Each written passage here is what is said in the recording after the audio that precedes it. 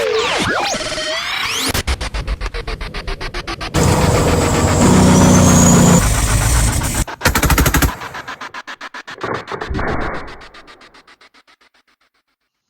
everyone. Thanks for tuning in. You're watching The Naturalist Capitalist, and I've got my friend Franco on. How's it going, Franco?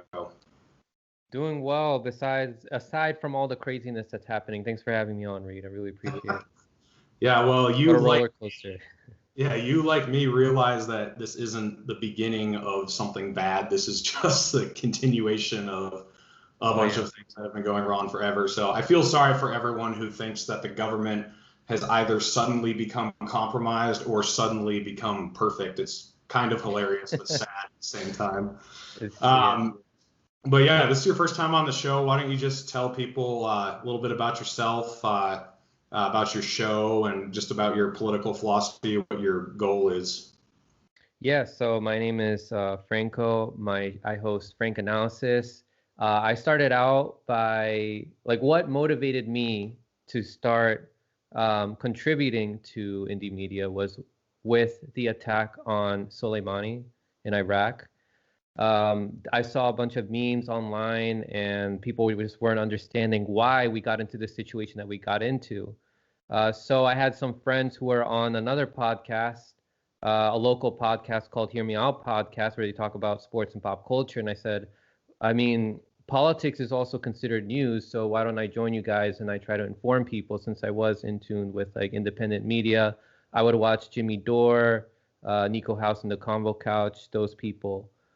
So I just would use what I know and sort of explain things to people who aren't as informed about politics, about what's going on. And I've sort of carried on and started my own channel where I go into more depth about what's happening, giving a progressive perspective of what's going on. Yeah, and I will put a link to your channel in the description. People should go check you out. I watch your videos. I like your videos. I think you are principled, but you're not dogmatic. We've done lots of videos together on big talk, little talk, and you've had me on your show. And I think the most important thing in this day and age is people who are actually looking for truth need to talk to each other and understand that we're not each other's enemies. And I think that's something you're really good at. So I think that everyone should go watch your show, and I'll put a link in the description. So what we're going to talk about in this show is I've had a lot of progressives on this show. I've had Nico House actually a few months ago, and we've talked in pretty broad terms about a progressive libertarian coalition, but we haven't ever gotten into the issues.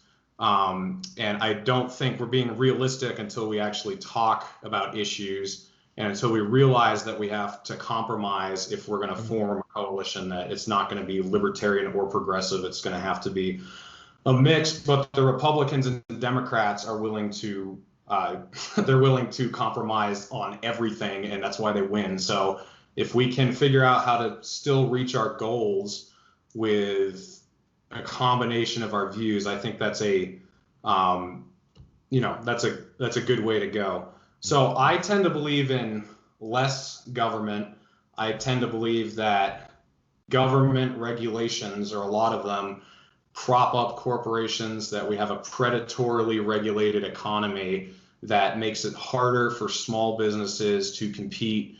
I think that big tech companies and big corporations actually like a lot of the regulations that have been put in place because they use them to leverage against competition. I think the EPA has been bought out. They protect big oil companies when they have spills, like the BP oil spill. The EPA capped the amount that people could sue BP for, and BP is still in business even after the Gulf oil spill. The sugar lobby, has gone after the FDA, and for years they were telling us that animal fat is way more dangerous to eat than sugar, and now sugar is pumped into all our food. Everybody's obese. So I don't think that just adding more government to a problem is going to fix it. I think in a lot of areas you could actually remove government, and free market solutions or the best product, the most reliable company would actually win in this situation, because right now you have the government protecting one business, and it makes it so that there's no competition, and it can, if it has a bad employer, if it doesn't pay its workers well, if it has bad products, it doesn't matter because the other company isn't competing with them. Um, I think we'll start broader and then go more simple. So why don't you explain your political philosophy on regulation, government involvement? Because obviously we agree on war, the war on drugs, civil liberties, all those things. I want to mostly talk about the things that we probably disagree on and see if we could come together on them. So just give us your overview of the economy and what the government should do. Yeah, well, we definitely agree on the end goal, and I think that's something that we should all, like, if we're going to form a coalition of progressives and libertarians, we have to agree on what the end goal is, which we do. And we have to have representation from both sides if we were to have like some kind of third party, which is what MPP is failing to do. As far as economic philosophy, for me, I have just started watching like a lot of like Richard Wolff and other Marxist stuff. I'm still forming my philosophy for it. Like it's not complete. So I'm looking to have like a debate with you and some other Marxists and see like what points you guys agree with and what you guys disagree on, and then seeing how we can use this overlap to form a coalition. So I'm not exactly fully set on my economic philosophy. Okay. So if we could start getting into some specifics, I feel like libertarians and progressives, they kind of have some ideals that they're not going to be willing to let go of. I guess I'll name what mine are first. So I think we need to end the Federal Reserve. And the reason is a lot of people want to audit it, but then Congress is just in charge of the Federal Reserve instead of the Federal Reserve being some private bank. And I don't think Congress is going to be any more responsible or have the interest of the people in mind than the Federal Reserve does right now. I kind of view it as the ring from Lord of the Rings. Like some people think, oh, we can do great things with this, but I mean, you can't. It's just too much power, and I don't think any elected body or anything is going to be doing the right things with it, because I mean, Congress voted for the CARES Act this year, so why would we be in any better hands in Congress than in the Federal Reserve? So I think we need to end the Federal Reserve because it finances wars, it finances bailouts that go to banks and keep widening the wealth gap, making the super rich richer and taking more and more from people who save by just printing our currency into oblivion. So that's one thing. And then the other thing is, I think that a lot of low income, low skilled people are hurt by a lot of policies that are put there, at least under the guise of protecting them. So I think things like high minimum wages and sorry, I'm blanking on the word. Licensing, licensing for pretty menial jobs that don't really need a license. Like I completely understand if you're going to be a nurse or a doctor or a truck driver, you should have some like sort of proper training and all that.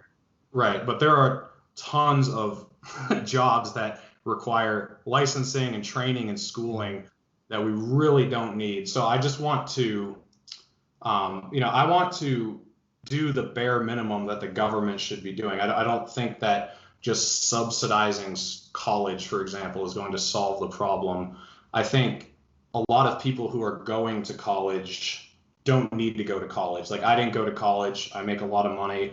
I know a lot of people who went to college because they were told they have to go. Yeah.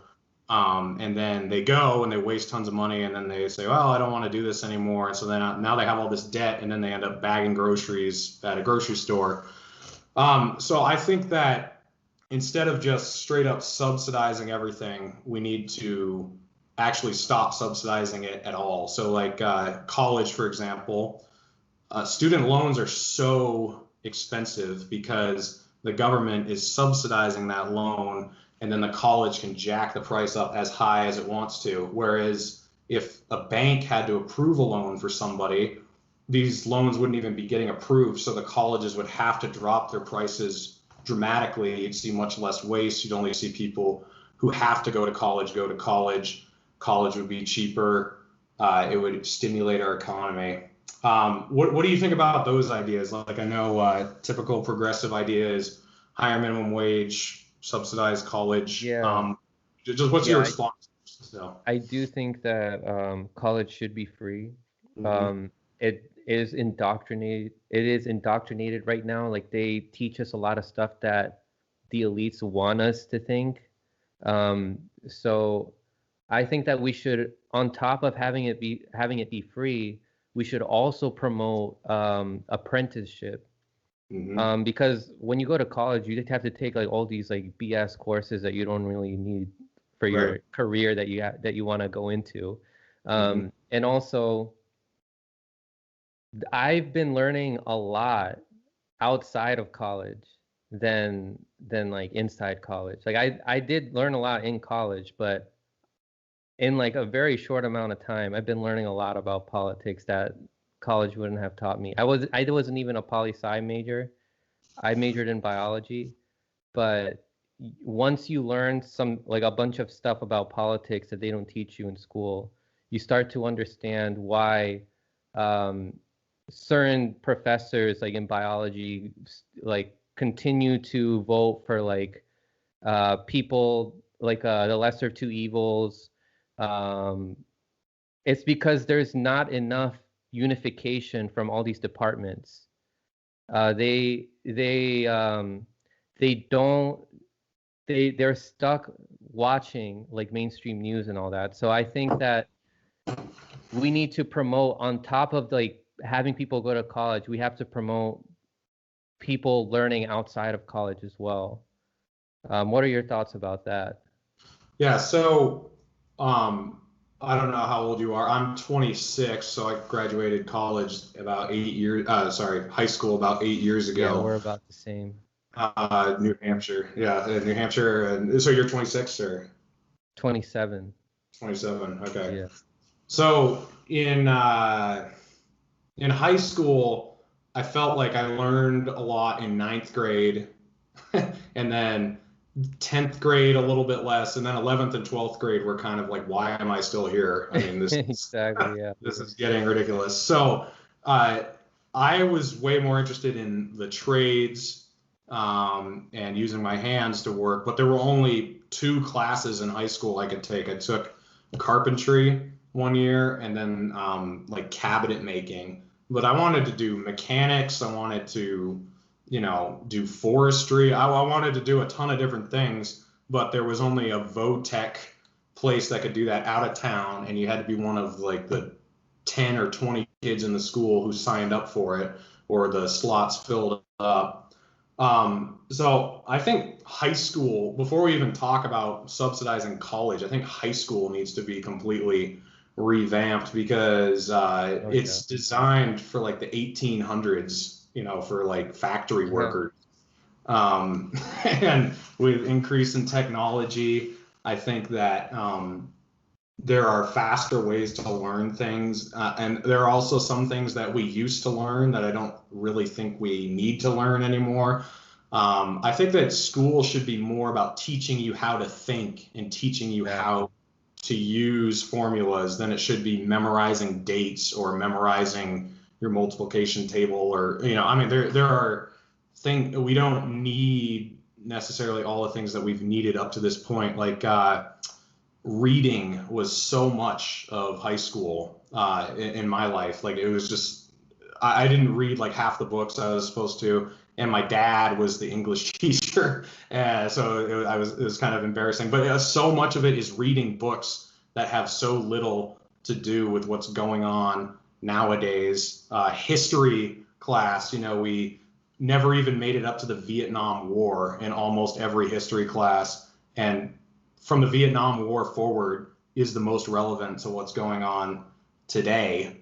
You know, like you Great can learn point. about. Yeah, they don't teach you enough about the 80s, 90s, and thousands, which is when we started becoming more and more of a neoliberal society.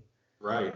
That's stuff that again I learned outside of school, and Right. and of course you learn outside of school, and that's what teachers and schools should be encouraging students to do. Don't just stop here. Like we're just like guiding you, and then you do your own thing outside of that. And also like in college, a lot of times people end up having jobs that they don't like, and they're like, oh man, I should have done this instead. Like Right. for example, me, like I was doing biology, and now I've realized that I have more of a passion in politics. I still like biology, but I like to think systemically. Like how does everything work together? Like everything is so connected, and that's what politics is. Politics influences everything. Hmm. Yeah. I mean, I think high school should be trying, instead of get everybody through this testing system and make sure they all succeed and then let them figure out what they want to do. High school should be a venue to aim you in the right direction. So if Yeah. you're obviously set up for auto mechanics in high school, pushing you toward AP US history might not be the smartest move. Yeah, and Like, then make you look bad by getting bad grades in those classes, as if you like even need them to do the job that you want. yeah. Yeah, I mean, I have a friend who he's like 60 years old and he has an eighth grade education, but he could build a house without a blueprint. He knows how to change an engine out on a tractor trailer. Like, I mean, he can do anything, but in school, he was taught that he was a failure.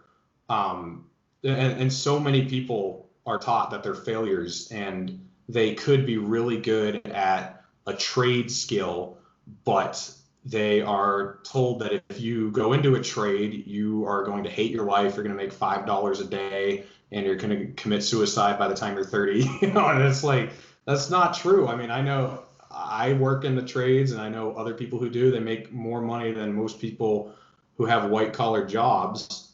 But high school has trained them to not want to go that way. Yeah.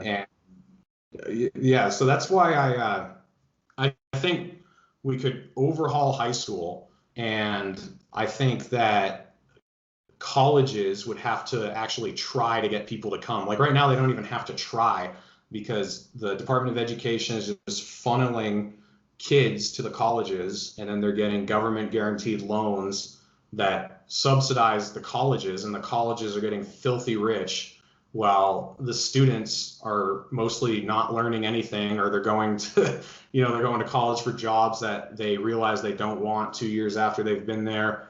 I don't know what the hiring rate is out of college right now, but it's dismally low, and it gets lower every year. So if we were to subsidize, here's my question to you: if we were to subsidize college, um, what would be the test? Like what would be the parameters that you get subsidized? Could you literally go your whole life? Could you just say, no, I don't like this. I'm going to go get this career instead. I got to get this degree. I'm going to go get this degree.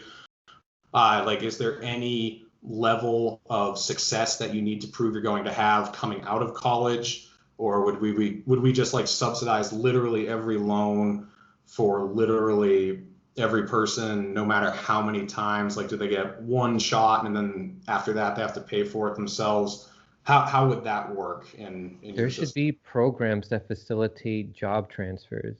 Like if Hmm. you're really not happy and you're like, oh man, I wasted my time doing this, like there should be like ways to transition people like out of a certain job career into something else that they're more happy with. Hmm. I think that there should also be no more lobbyists that influence what gets taught in our schools. Like for example, with diet, they still teach us like that BS like pyramid thing Right. that like is not even like that's not even accurate to what we need. Right. And that's backed up by science too. Like that's not that pyramid is not like what we need actually like for our nutrition.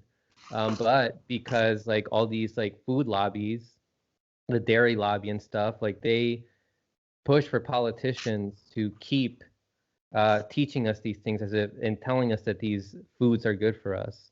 So I'm sure you would agree that lobbyists need to have less of a hand in influencing our politicians and also our school systems.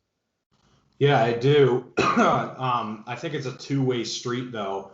I think that the reason lobbyists have so much power is because the government has so much power. I mean, if the government didn't have the power it did over the economy, if we didn't have the Department of Education, if we didn't have like all of these departments, the lobbyists would have no reason to try to control the government so much. The reason you have so many lobbyists for things like the Jones Act or other regulations in the economy is because they can benefit from the government picking them as a favorite, blocking out their competition. So to me, I'm like totally cool with banning lobbyists. I'm honestly cool with publicly funded elections, and I'm cool with campaign finance reform. I think that those are all things that would help. But I think if you only attack it from one side and you don't address the other side, that they're just going to find another way to influence the government because, there can be dark money deals that we're not aware of going on. I mean, if you just try to take the transparent transactions away, you're still going to have all the illegal transactions. In my mind, it's got to be both. Like you need, almost like we have a wall between church and state, we need a wall between business and state, because no matter how much we want the government in there controlling business and regulating the economy, it always ends up getting screwed up, and the corporations buy out the government to protect themselves. And I don't think just passing laws to ban the transparent transactions is going to stop that flow of money. I think it'll still happen illegally. So wouldn't you need bigger government to enforce the laws that prevent lobbyists from influencing politicians ever again? Well, in my mind, if you reduce the power of the government, then the need for lobbyists dries up anyway. Because I think if you chase it from the other angle of expanding the government, you just got more and more trails to chase. Whereas if you say you cannot, here's a great example,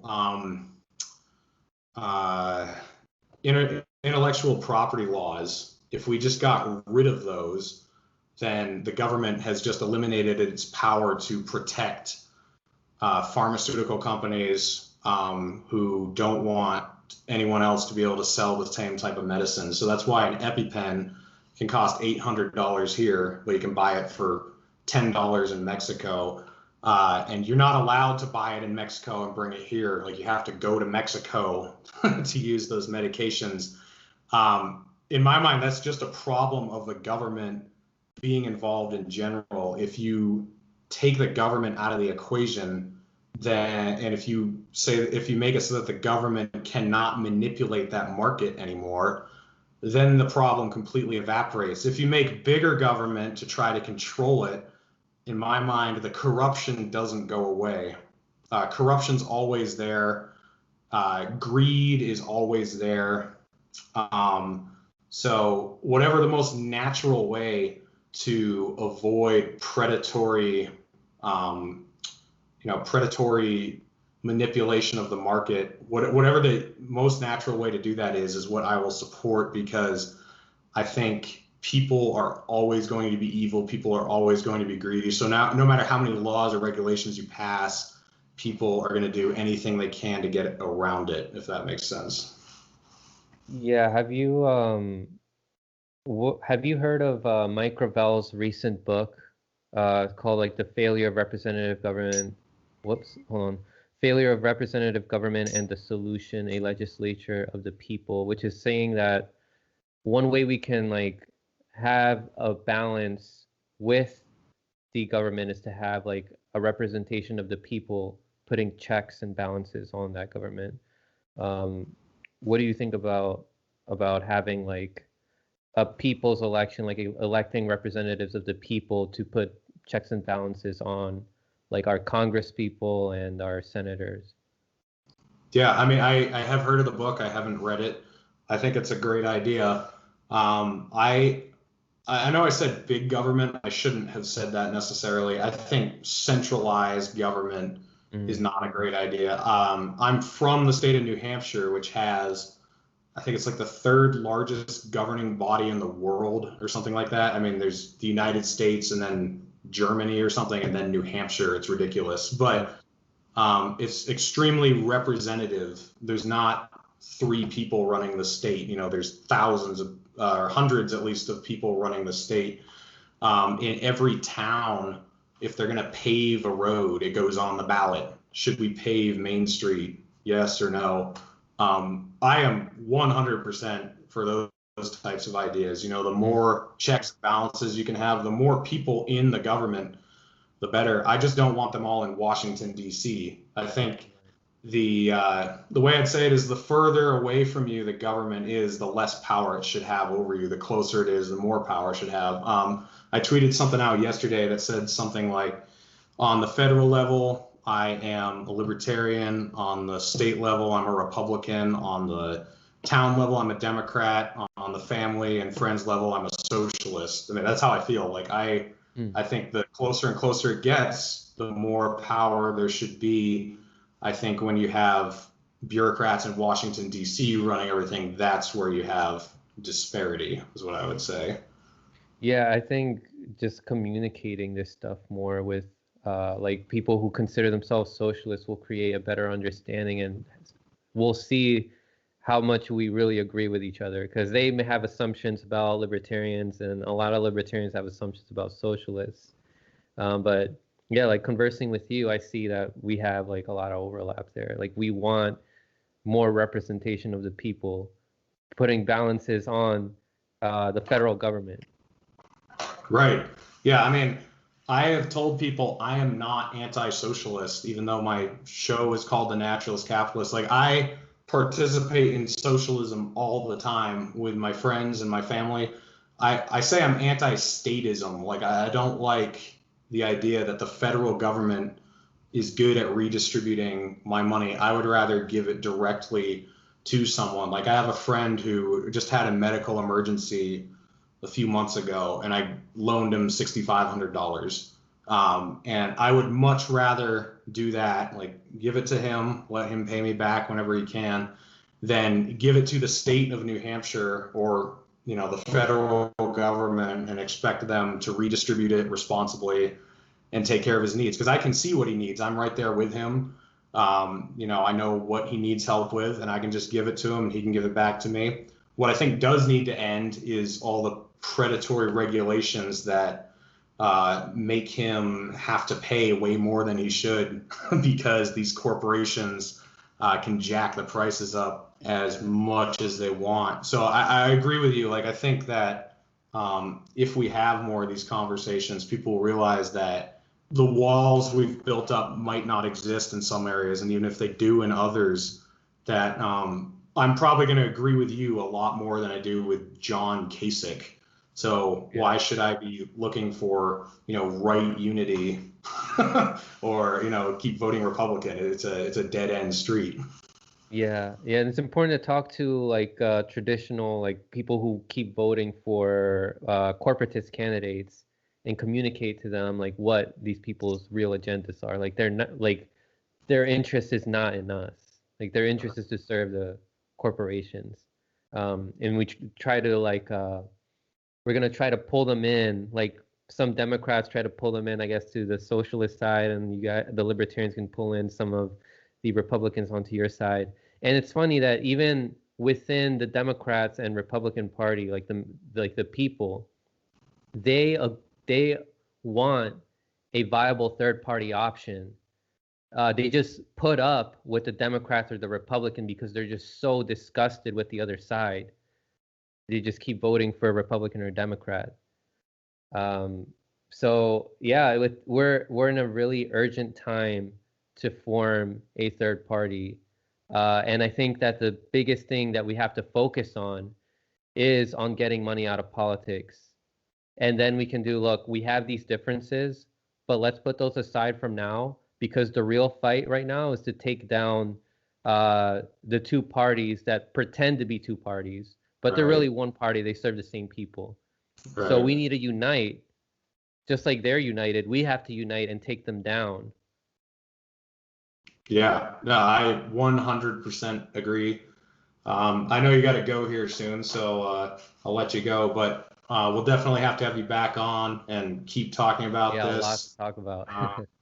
Yeah, and it's so funny because the country is terrified about this transfer of power, where in my mind, I don't know why, because it's Hey, such a small change. it's Bush, George W. Bush administration 4.0. I don't know if you saw the news of Biden considering Susan Rice Oh yeah. and Dick Cheney, who pushed Joe Biden to run for president in 2015 because he preferred Biden over Trump and Hillary. Yeah. It's people need to realize that it's pro wrestling between the Democrats and Republicans. And the more people we have realizing the solution, the more people we can garner into this coalition that we're trying to build. Absolutely. Well, we'll have you back on, and I'll come on your show anytime. I think as many outsiders as possible need to talk with each other. Yeah. Appreciate you having me on, Reem. All right, we'll do it again.